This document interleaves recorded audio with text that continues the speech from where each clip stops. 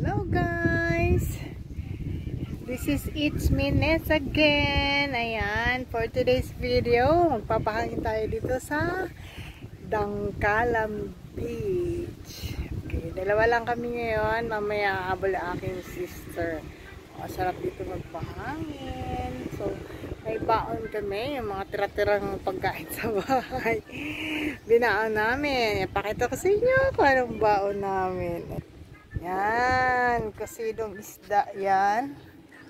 Isda na surahan or parang labahita.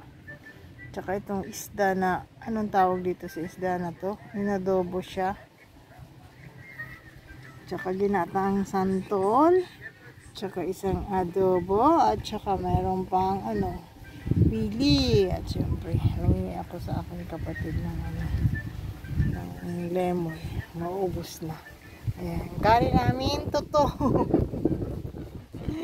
Ayan. Then, for mamaya, ay dala kaming suma. Nabilihan naman dyan ng kape. Dito sa beach, may nandito lang. Ayan. May suma kaming dala. Ayan. At saka yung tinapay. Mayroon pa kami dito, rambutan. Yung galing kahapon sa, Sigon. Barangay Sigon, namiasta kami, yung pauwi sa amin. Isa sa pauwi sa amin, ayan. Rambutan. Kulay dilaw lang talaga siya, pero ang tamis. Saka syempre, ito.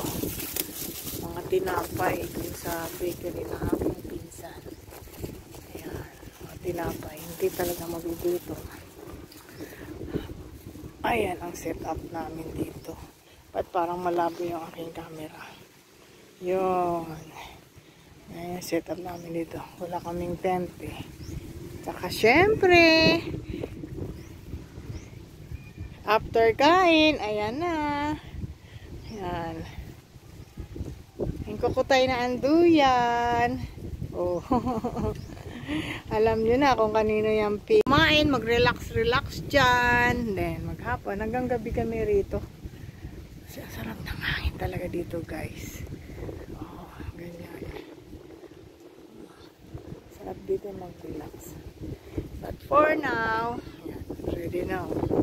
Kakain muna kami. Meron din doon, parang low tide ngayon. Low tide.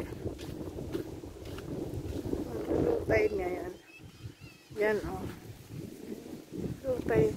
Ayun, marami din naliligo, Ayun sila.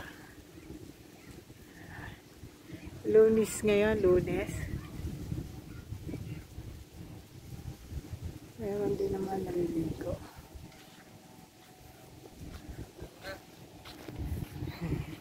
Yan, so kakain muna kami. May bantay pa kami, Meron kaming bodyguard.